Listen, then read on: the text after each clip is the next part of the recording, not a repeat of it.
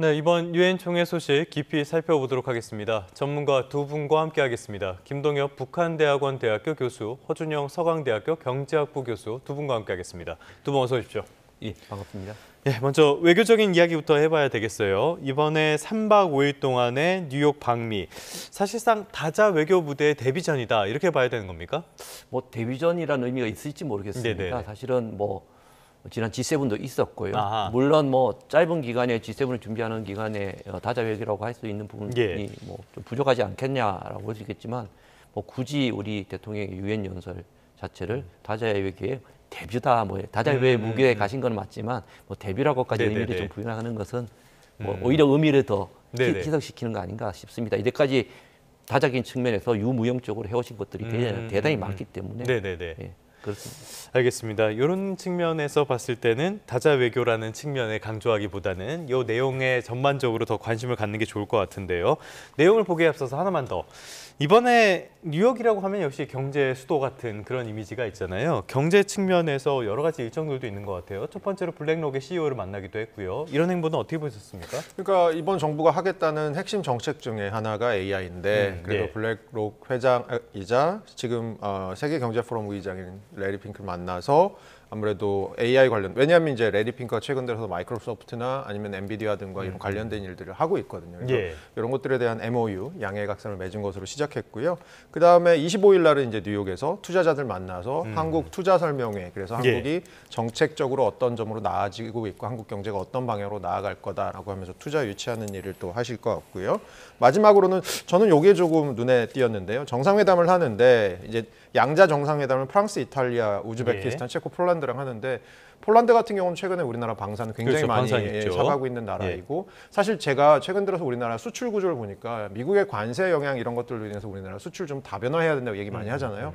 유럽이 영국하고 독일이 저희 2000년대 초반까지는 수출의 상위 10개국가에 예, 있었습니다. 근데 최근 들어서 그게 사라졌거든요. 어떻게 보면 유럽 시장으로서의 저희가 눈을 좀 돌리는 다변화가 중요하다고 본다면 이런 정상들과의 회담이 저는 또 경제적인 측면에서도 물꼬를 틀 수 있지 않을까 보고 있습니다. 말씀하신 것처럼 지금 미국이 저러고 있기 때문에 또 중국도 우리가 쉽지 않은 상황이 돼버렸고요. 대체할 수 있는 시장, EU를 보고 있는데 EU의 시장 규모는 어느 정도로 봐야 됩니까? 그러니까 전 세계 GDP로 보시면 미국이 한 25% 되고 네. 중국이 한 17%, 그리고 EU가 한 또 다른 한 17에서 15 정도 퍼센트 정도 됩니다. 네네네. 그렇게 봤을 때는 중국보다 우리가 사실 거리가 멀어서 무역은 어떻게 보면 거리도 굉장히 중요하거든요. 그런 측면에서 거리는 멀지만 그리고 나라가 이질적이잖아요. 하지만 최근 들어서 또 EU 경제에서 뭐 스페인, 포르투갈 그리고 그리스 같은 나라들이 예전에 재정 위기를 벗어나면서 조금 또 기지개를 펴고 있는 부분도 예. 있습니다. 그런 측면에서 이렇게 조금 유럽에 있는 나라들과의 경제적인 접점을 좀 늘리는 것도 저는 또 필요한 부분 아닐까 보고 있습니다.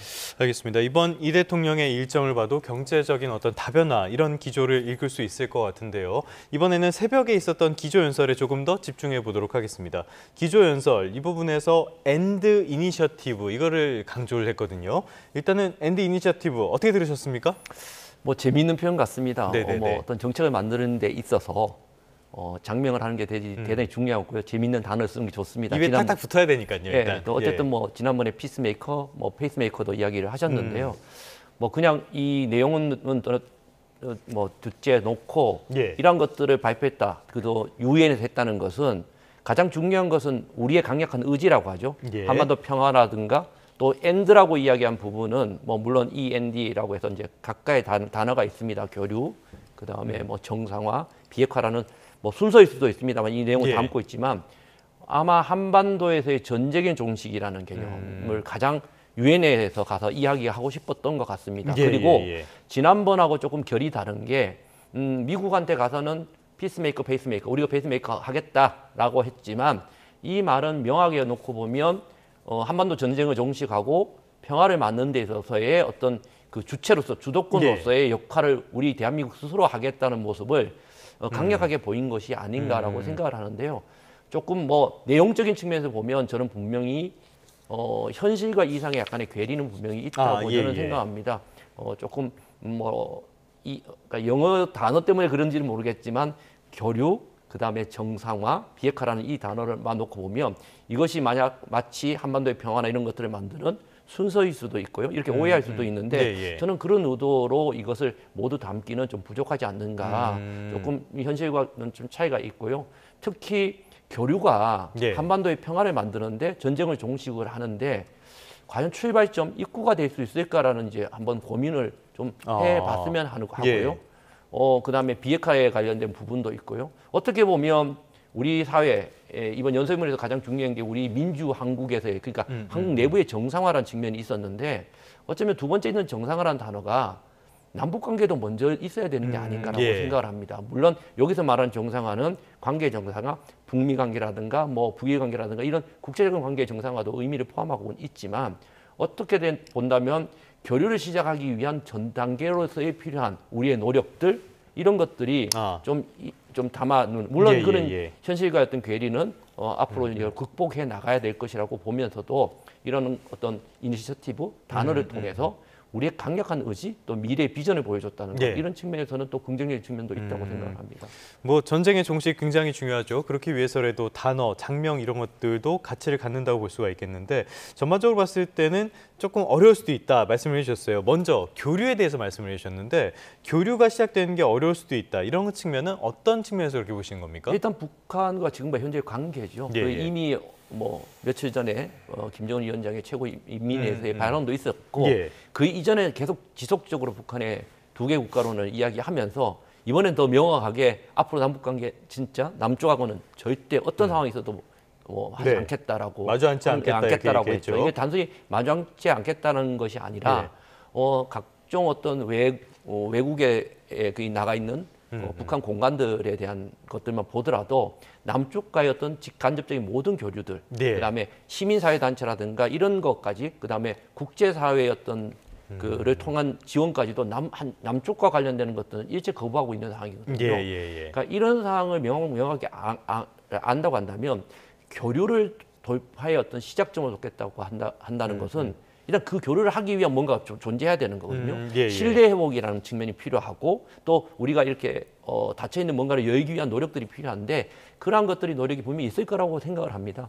그러한 것들을 하기 위한 교류고 또 자칫 이 프레임 자체가 저는 과거의 프레임일 수 있다고 생각을 해요. 왜냐하면 우리가 2000년 6.15 남북 정상회담을 하면서 남북 관계를 뚫었을 당시에 시작점은 결국은 경제를 앞세운 남북 교류 그렇죠. 지원을 앞세운 것이었고 그거를 통해서 우리가 평화를 만들어가는 대단히 신기능주의적인 좀 쉬운 것부터 하자는 것이었거든요.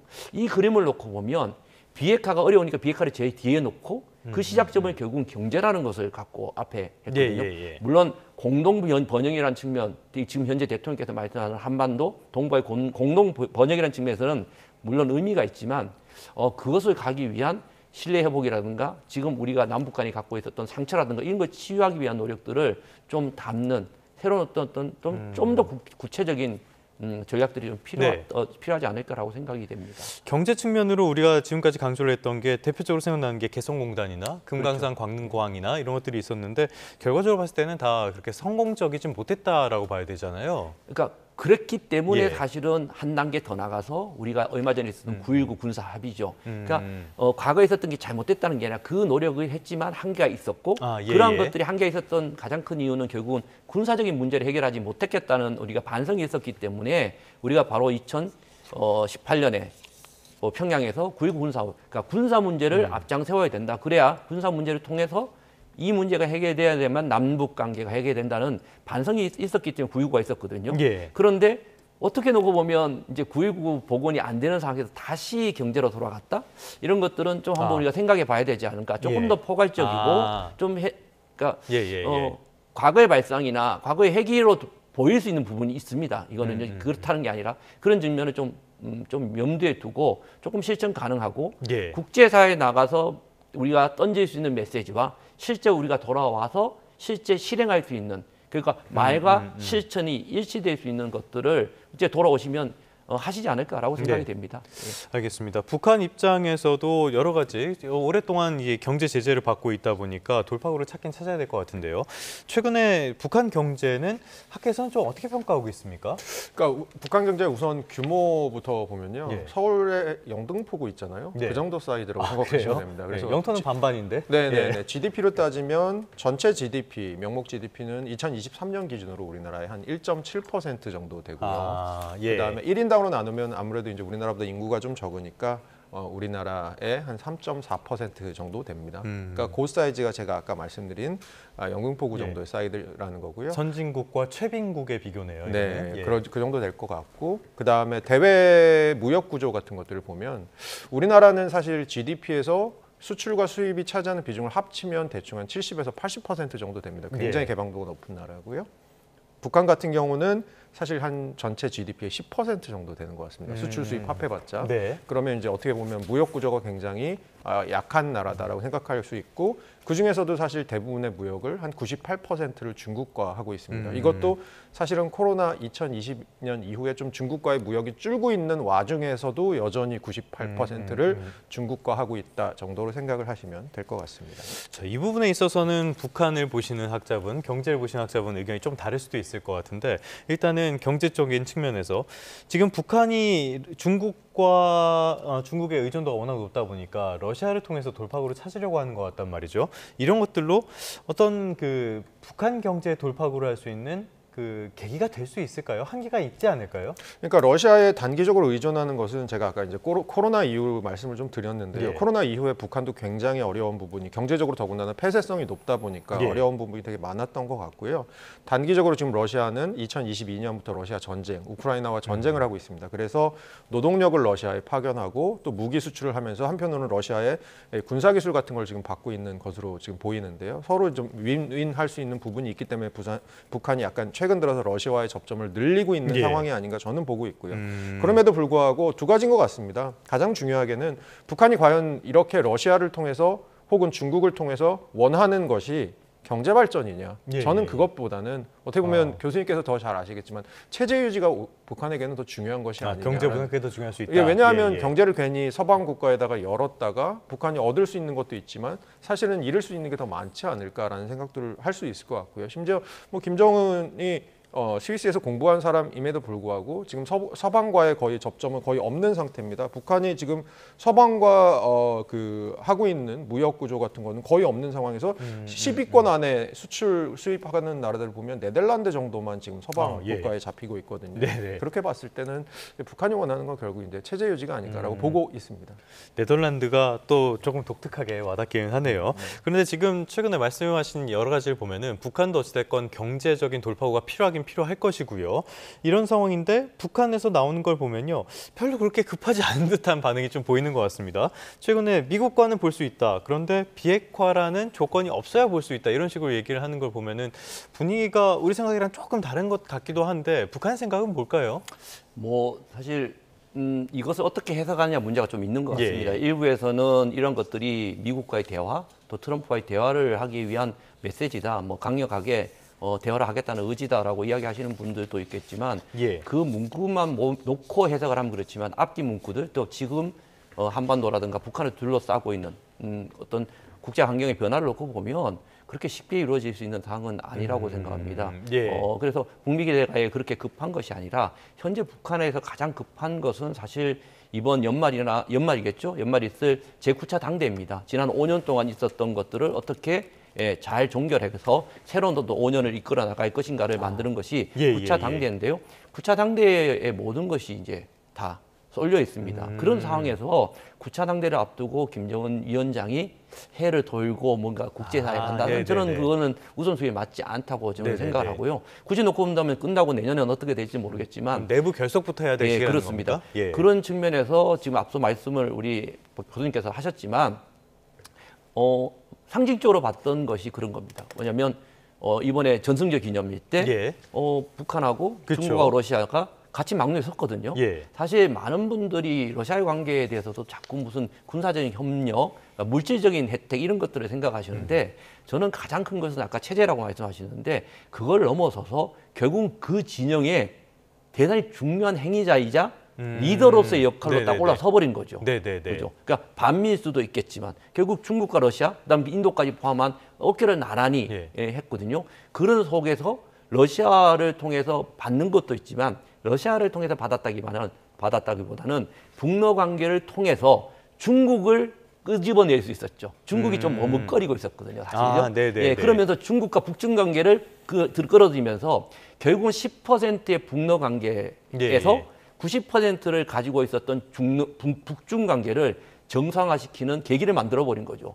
이거는 그러니까 뭐 미국과의 관계가 이런 것이 아니라 관계가 아니라 국제적인 질서 속에서 중국과 또 다시 부활하는 러시아의 이 구도 속에서 본인이 중간에서 대단히 중요한 행위자 역할을 하면서 양쪽에 예.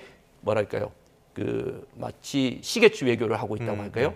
그런 역할을 하고 있기 때문에 저는 대단히 전략적이라고 생각해요. 그런 상황에서 굳이 이쪽 진영, 그러니까 해서 뭐 아까 네덜란드도 말씀하셨지만 굳이 놓고 본다면 예. 지금 이번에 트럼프가 한 연설 중에서 가장 핵심적인 것 중에 하나가 다자주의를 부정했거든요. 그렇죠. 그 부정했다는 것은 유엔이라든가 다자에서의 미국이 역할을 못한다. 즉 그러니까 미국을 잘 따르는 한 60, 70개 국가인 글로벌 로스만 먹고 살겠다는 것인데 네네네. 그러면 나머지 국가들 속에서는 북은 그 속에서 살면 되는 거예요. 중국, 러시아, 글로벌 사우스, 브릭스 뭐 이런 국가들 진영에서 살 수 있는 이제 공간이 생겨버린 거죠.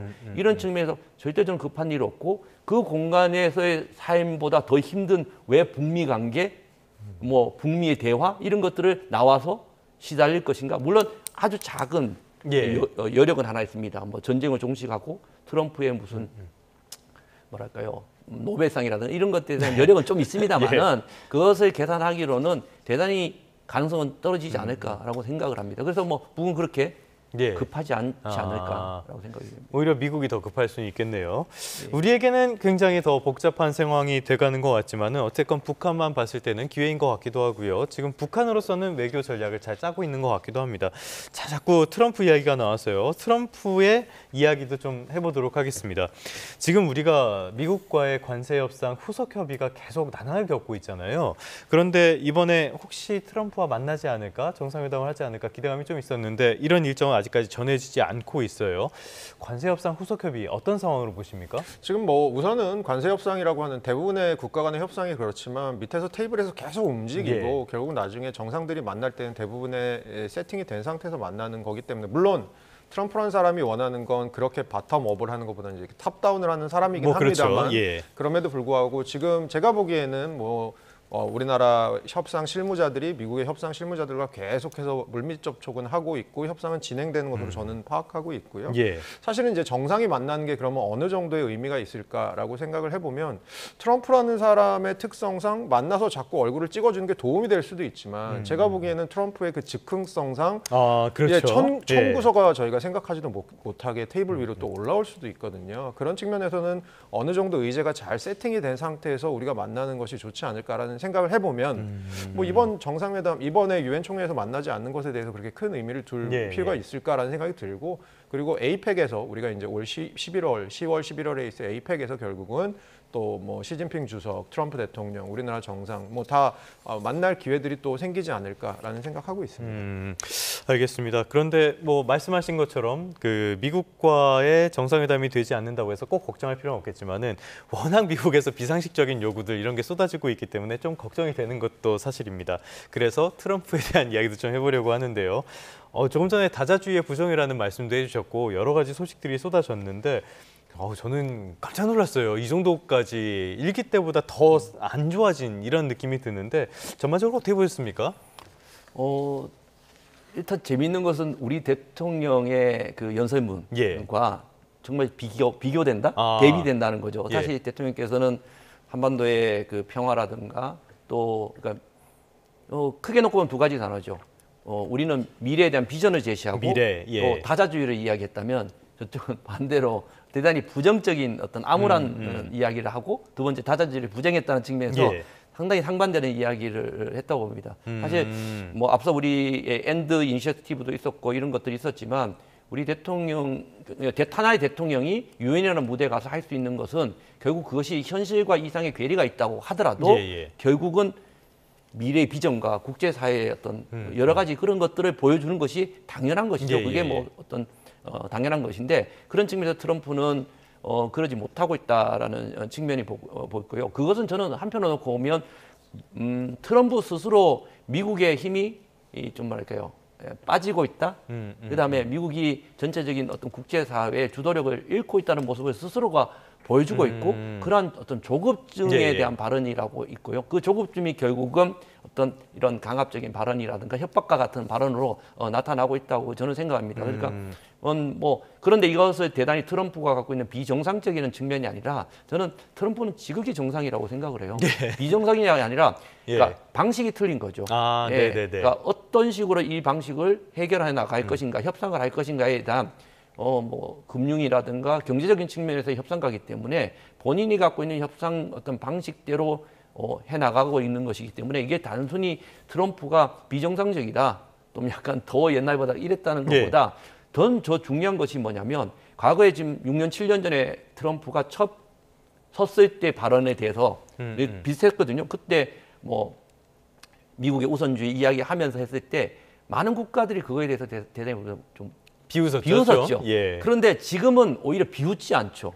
중요한 것은 비웃는 게 아니라 두려워하고 그게 현실화됐다는 것에 대한 우려가 있다는 거죠. 예, 예. 그러니까 비웃음이 현실의 두려움으로 바뀌었다는 게 저는 대단히 중요하다고 생각해요. 같은 인물이 이렇게 이야기했지만 이제는 그게 우리 현실로 다가섰다는 예, 예. 측면에서 저는 그 트럼프의 이 지금의 이번 발언들도 단순히 어떤 트럼프의 뭐 약간의 그 비정상적인 행동이다 이렇게 치부하는 것이 아니라 우리가 받아들일 수밖에 어쩌면 예. 직면할 수밖에 없는 당연한 현실이다. 이것을 어떻게 극복해 나갈 것인가를 보고 트럼프의 발언이라든가 트럼프 행동, 예. 미국의 어떤 행보들을 해석하고 대응해야 되지 않을까라고 생각이 됩니다.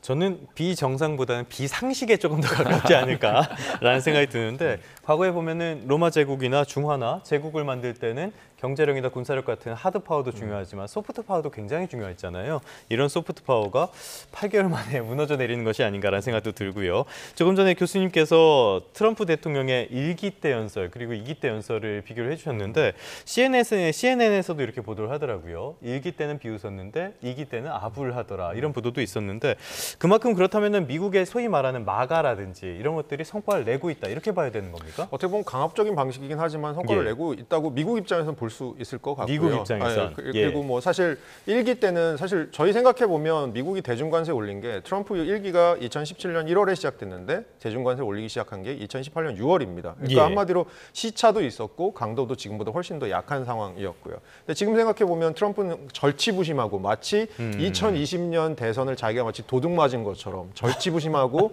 예. 2024년에 오피스에 들어오자마자 지금 굉장히 세게 밀어붙이고 있는 상황이잖아요. 행정명령을 벌써 몇 개 설명한지 모르겠어요. 행정명령이 원래 대통령이 취임 100일 차에 이제 세봤더니 행정명령 원래 1위가 누구였냐면 프랭클린 델라노 루즈벨트 대통령. 저희 왜 2차 대전 그 전에 대공황 예. 때 대통령 있잖아요. 이때는 워낙 어쩔 비상적인 수 상황이니까. 없었죠. 예. 근데 이제 트럼프는 그 거의 한 2배가 넘는 행정명령을 지금 발의해서 취임 초반에 행정명령 발행한 숫자로 1위의 대통령이 됐는데요. 그만큼 관세 정책들을 의회를 거치지 않고 행정명령을 통해서 올렸다 내렸다 넣었다 뺐다 마치 무기처럼 쓰고 있는 상황입니다. 이 불확실성이라는 게 결국은 전 세계가 두려워하고 있는 가장 큰 부분인 것 같습니다.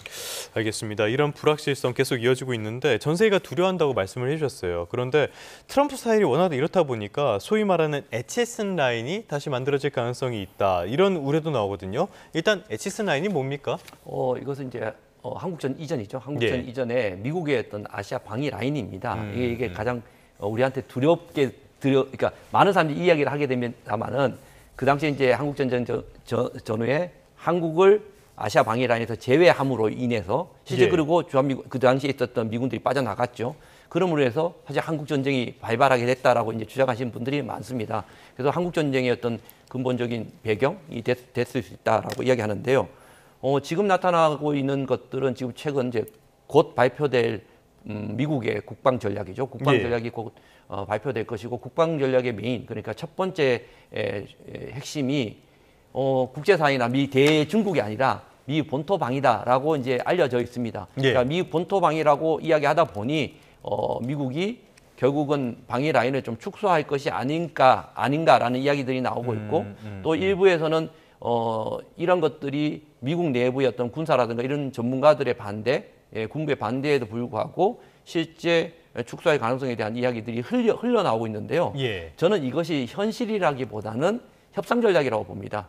실제 말하면 이것을 지난 과거에 있었던 에치스라인과 동일시시킬 수 있는 것도 또 아니고요. 예. 그러니까 결국은 이 에치스라인 이야기가 나오면 벌써 우리 언론이나 전문가들 사이에서 아니면 뭐 보수 진영에서 이렇게 되면 미군이 빠지는 거 아니냐, 그리고 미군이 우리를 안 지켜주니까 예. 또 전쟁 나는 거 아니냐, 이런 이제 벌써 이야기들이 나오고 있죠. 마치 이제 50년대에 그렇게 에치스라인이 사라지고 난 다음에 한국전쟁이 났으니까 이제 네. 전쟁의 전운이 갚든다. 이제 이런 이야기까지 하고 있습니다. 그건 저는 정말 어떻게 놓고 보면 비현실적인 이야기, 또 어쩌면 네네네. 우리 스스로가 갖고 있는 방위력, 1년에 엄청나게 많은 국방력 쓰고 있는 우리에 대한 좀 대단히 좀 좋지 않은 목소리라고 생각하는데요. 그런 측면에서 이것은 실제적으로 난다고 한다면 미군 스스로가 대단히 모순이에요. 아, 예, 예. 왜냐하면 이것을 감당해야 될 것이 너무 많아요. 일단 주한미군이 빠져야 되지 않을까요? 이것만 만약에라고 한다면 모든 어떤 측면에서 대단히 모순 덩어리이기 때문에 이것을 실제 하겠다고 보다는 네. 미국에서의 다양한 목소리가 나오는 모습을 보여줘서 이 동맹 현대화라는 것이 있거든요. 이 상황에서 너희 땅은 너희가 지켜. 그러니까 국방비 올려. 그 다음에 뭐 주한미군 부담금 올려. 결국엔 트럼프주의랑 연결이 그렇죠. 되네요. 그런 예. 어떤 나름대로의 어떤 협상 카드로서 이런 미국의 아시아의 어떤 방위선의 변화를 흘림으로 인해 가지고 협상 카드로 쓰려는 어떤 그런 고도의 전략이 아닌가라고 생각하고 예, 예. 그러면서 우리 내부를 흔드는 거죠. 그러니까 그런 측면에서 우리 내부가 이런 것들을 쉽게 흔들려서는 안 되고 이에 대응한 어떤 전략들을 만들어 가야 되지 않을까라고 생각이 됩니다. 뭐 재래식 전력 측면에서 우리가 북한을 압도하는 것도 현실이니까요. 하나만 더 짚어보도록 하겠습니다. 이제 다음 달에 에이펙 정상회의, 경주에서 열리는 에이펙 정상회의가 있는데 여기에서 트럼프와 시진핑 둘 다 참석을 해서 어떤 만날 가능성 이런 것들도 조금씩 제기가 되고 있잖아요. 이런 것들이 동북아 정세에 큰 변화를 주게 될 텐데 가능성 어떻게 보십니까? 만날 가능성이 저는 제법 있다고 생각합니다. 이미 그 중국하고 미국하고 접촉이 있게 되고요. 예. 있기 때문에 에이펙에서는 접촉이 이루어지겠지만 그 장 이상으로서 에이펙에서 또 새로운 어떤 뭔가 만들어질 거라고 생각되지는 않습니다. 그러니까 중요한 장이겠지만 에이펙을 이용을 해서 북중 관계가 미중 관계가 어떻게 발전되고 새로운 것을 만드는 것이 중요한 것이 아니라 예.